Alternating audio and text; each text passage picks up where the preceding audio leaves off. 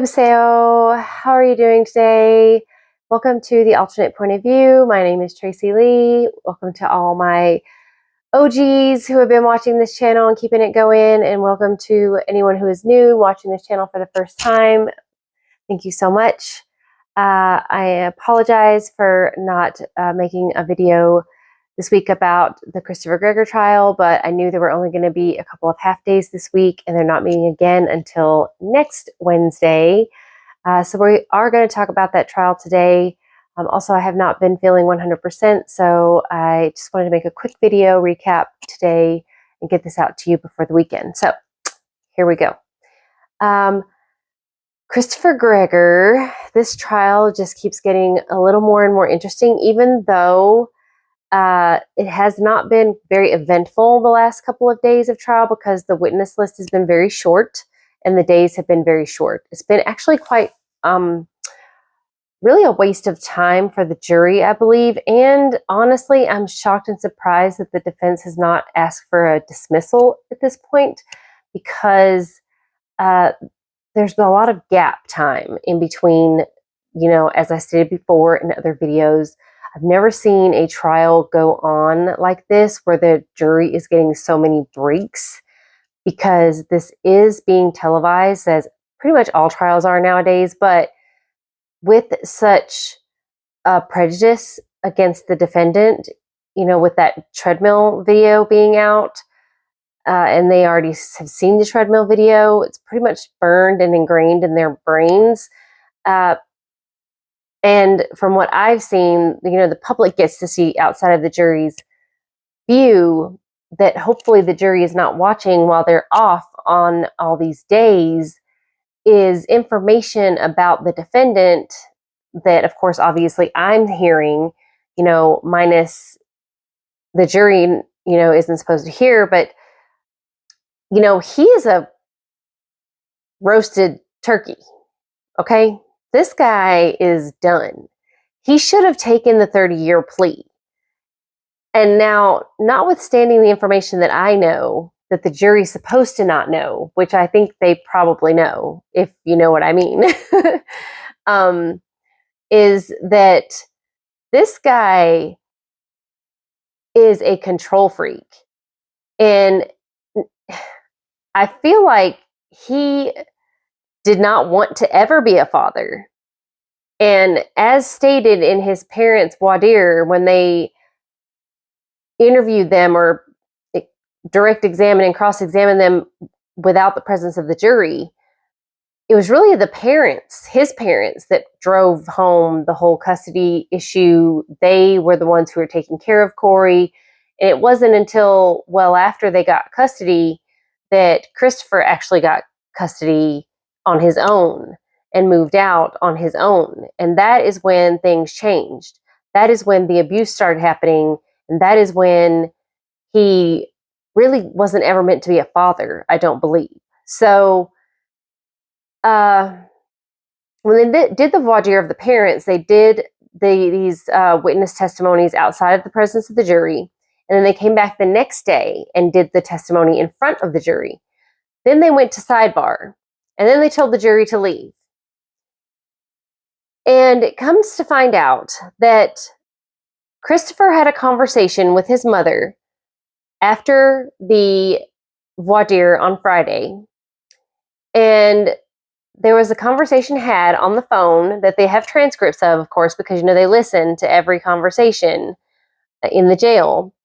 And apparently Christopher is trying to sway his mother to say something on the stand. Now, I don't know if you guys have been watching this trial. It's pretty short days, like I said.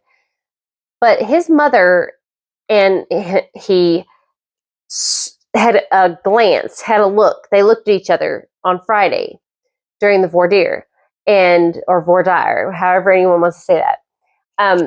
And they had a look that they gave each other while she was on the stand. And I was like, taken aback, because I was like, did the judge see that? Did anyone see that? I saw that. I saw the look. Like, they kind of smiled at each other. So it was very strange interaction. Like, you're not supposed to do that. So I was surprised that the prosecution didn't say something, or maybe they did in sidebar or something, but But it was voir dire. It was outside of the presence of the jury. But they did a look with each other. So it's not surprising that night when they talked on the phone, that there was more conversation to be had. But what was said in the conversation, I don't know. But it was enough to cause the defense not to call the mother to the stand, because apparently in that conversation, Christopher was trying to steer his mother's testimony in another direction. And the mother was trying to tell him to stop talking, don't say any more. And even the father is heard in the background saying to Christopher to stop talking, shut his mouth, because they knew this phone conversation was being recorded. So Christopher clearly wasn't paying attention to the phone recording happening, because he was trying to get his point across. And again, this is where you know that he's a control freak, right? And his father was a state trooper. His father's worked for Homeland Security. So his father's well aware of, all of these tactics and all of these things, which is another baffling situation that the prosecution has. Is his father was a police officer. His father knows the law. His son left his dying child dead at the hospital and left the state, fled the state, was well on his way to Mexico, put his phone in airplane mode, drove away, left the scene, didn't tell anyone other than his parents that Corey had passed away, and then fled. So that's not weird at all. I think that there's no brownie points being won for this guy. Again, without the treadmill video, I again understand the pattern that they're trying to show about Christopher's behavior, but without that video, they don't even need that video to show that this guy is not a good person, not a good father. He left his dead son alone in a hospital, dead, and fled the state. So even when Christopher's father gets on the stand, again, the lack of emotion that I see for Corey from his grandfather. Now, he does show a little emotion. I'm not saying he's emotionless, but I am saying he doesn't show any real sense of urgency for Corey. And I'm not quite sure, because they objected, if I remember correctly, I think Brianna's family is the one who did the service and paid for the service and the funeral setup for Corey, not Christopher's family. From what I understand, there was a no contact order for Christopher's family because of Christopher fleeing the state. And they had to do their own separate kind of memorial service for him. But they actually hid Christopher. Even when he returned, he was on a hunting retreat or something, some sort of retreat they sent him away on. So not only did he flee the state, but even upon his return, they sent him away on some sort of retreat. So this guy had no type of remorse for his son being dead. And even his parents have not seen the treadmill video. And they don't want to see the treadmill video because they don't want to see what their son is capable of, is what I actually think. But what the father said on the stand was, we don't want to see Corey being mistreated. They really don't want to see what their son is capable of, because I think they know what their son is capable of. They just don't want to actually see it on video and imprinted in time. So I think they knew all along what their son was capable of, because they saw the bruises on Corey. And I think they're lying to themselves by trying to say that Corey and Christopher had a good relationship, because according to Christopher's father did everything for Corey. He checked his homework, he checked his backpack, he got him to the school bus, he picked him up from the school bus, but yet he couldn't tell you what school the little boy went to. So it was really strange. I'm not really sure how or what kind of father-son relationship Christopher and his father had, because the father seems very cold and standoffish. The mother seems a little warmer, but again, this family seems very detached, so to speak. Also, not a lot of witnesses for the defense, but the defense is insinuating that Christopher is going to testify after Dr. Botnick. So they are insinuating that Christopher's going to testify, and I'm not surprised because Christopher is a control freak. He has to control the narrative himself. He has to make it seem like it's all Brianna's fault. And I believe that that's what he wants to do. I believe that he wants to turn this around and spin it however he can. Now, the defense is obviously trying to say, well, he was returning from Arkansas. Yeah, 3 days after his son died. Like, what the heck kind of father is that? Who leaves your dead child alone in a hospital? So, I don't know. I think this guy, the only time he ever shows any tears is when, or I don't know if he's showing any tears, but he's wiping his nose a lot, okay? But the only time he ever shows any type of emotion is when when it's about him. Not really about Corey, but really when it's about him. When they're talking about him. Like when he left the hospital and they were trying to get in touch with him. Or when it's some type of disappointment with his parents. But he doesn't show real emotion about Corey, sort of, kind of, but not necessarily when it comes to Corey, really when it comes to him and the actions that he took. And actually not even then, really he shows emotion. I almost want to say, I can't really read him. Like when he's watching the treadmill video even, he doesn't really show any emotion with that.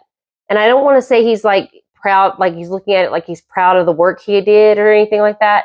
But he's something's like I don't know if he's a sociopath or a psychopath or what he is, but he literally, when the cops pulled him over and they played all the cop video footage in Tennessee, he is like, do you have a search warrant? What are you stopping me for? And he's blaming everything on his child's mother.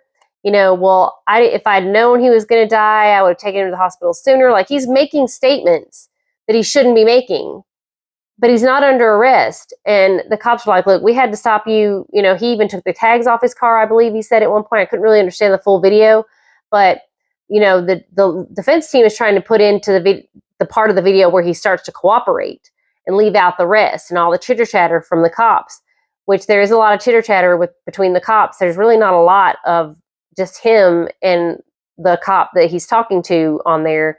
So the problem is that he's actually speaking and saying statements that the prosecution, rightfully so, is saying, if we can't cross-examine him about these statements that he's making, therefore this video should not be allowed.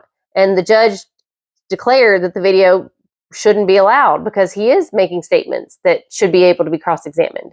So, but the defense did insinuate that basically they want this video in.